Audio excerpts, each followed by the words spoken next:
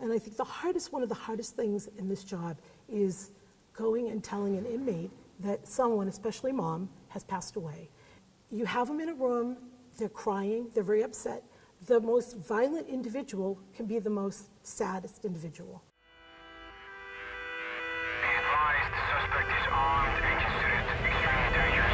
And continue on to the prison, and then we'll advise if we're just keep coming here. We'll advise as you get closer if you're still needed. Okay, thanks. Everybody hold up the speed. I'm with 125. We're back at South Front Station.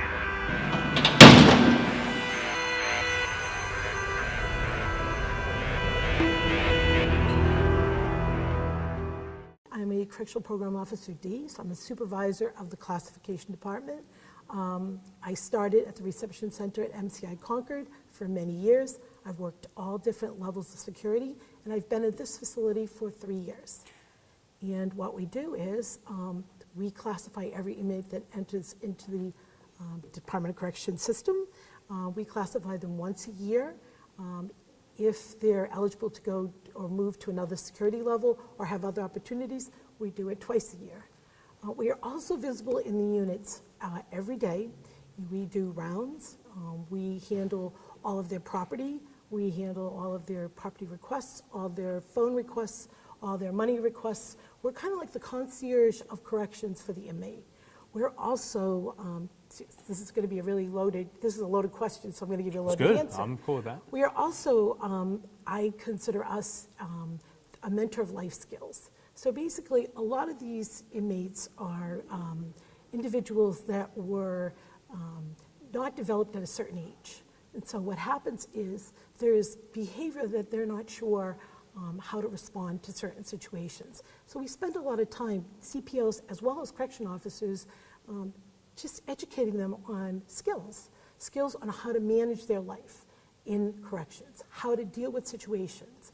And some of that is before something happens, and sometimes it's after. It's giving them another choice, another opportunity to redo what they did wrong. Make a better choice, think about your choice before you do it. One of the other things that we do is we are the bearer of bad news. We're the bearer of good news. If someone's being classified and goes to a facility they want to go to, we're also the bearer of bad news. We have to tell them if they're denied to move. We have to tell them if they're denied a job. We have to tell them if they're denied a program. We also have to tell them if a loved one dies.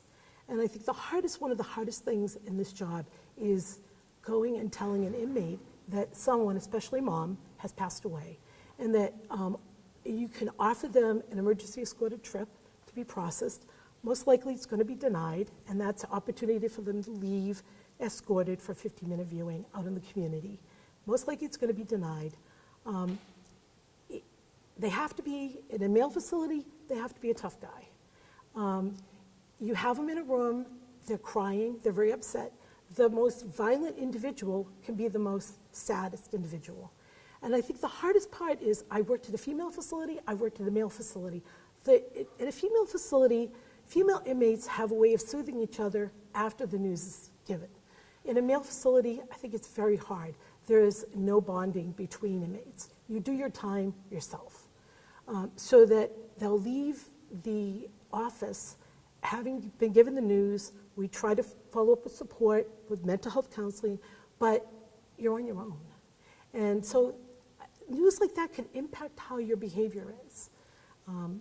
Same with your culture. How you respond to certain things has to do with what you've been brought up with. So it's very hard for correctional officers and CPOs to find out every day, to figure out each individual, why is that individual acting that way? And try to help that person to, respond in the right way for this environment. And also to prepare them for their release, because people don't understand. People in the community, my own family, not in corrections, none of my family. So to try to make them understand that there's a purpose other than just penalizing or incarcerating someone. There's a purpose here to actually, they call it rehabilitation, but it really isn't that. It's actually teaching them new life skills on how to manage when they get out and how to act proper in society. And a lot of those skills they've never learned So, I mean, you're dealing with some of the worst offenders, is it fair to say? Correct. What would you say to people who would say, don't worry about their feelings, who cares, they got bad news? What would you say to those people? I say they're human beings, and I also say that inmates run the gamut from very wealthy people to very poor people, and it could be your family, and it has been. How would you like it if it was your child or your relative here right now? They're human beings. They have to be spoken to like human beings. They have to be taught that they are human beings. Some of them don't understand that. And we're not successful all the time, but if you continue to do that, eventually you build a good human being. And that human being is going to come back to your home or to your community or to your job. And so you want that person to be the best person they can be when they're released. And it's hard enough for all of us. We all have jobs. It's hard for us to survive out there. Imagine spending many years in an institution where they tell you what to do every minute, and then to walk out the door and say, now get a job, get an apartment, and live your life like everybody else. It's almost impossible. You seem like a very nurturing individual. Do you think that that's helped protect you in what can be a dangerous environment? I'm not nurturing when I have to be strong. I'm strong. When the officers have to be strong, they're strong. And the inmates know that even though they may act out and they may be improper and they may be violent, in the end they know that we were right and they were wrong. And oftentimes they'll come back and say, they're sorry after the fact. But there's mental health issues involved. There's maybe a phone call that came through, a letter, you don't know. So there's a way of being tough and speaking to someone to show that you have to show authority, and there are times when you can be soft and understanding without crossing the line. And that's what you have to do every day. And no one understands that all these little things impact your life. They impact your life personally, emotionally.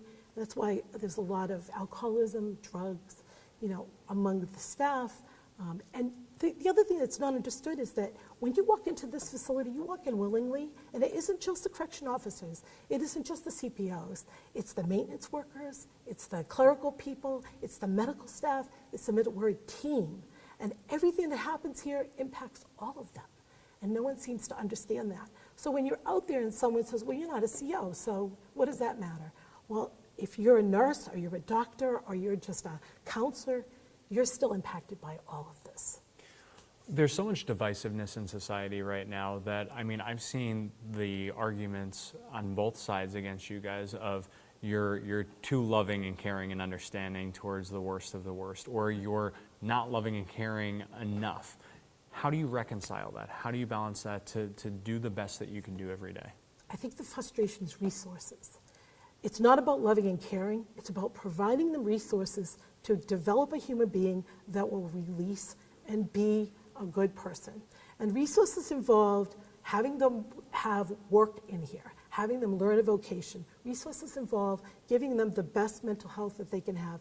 Resources involve taking care of their medical needs and making sure that those needs are addressed when they get released. Same with the mental health care, which is what we try to do through our re-entry program. But resources are limited.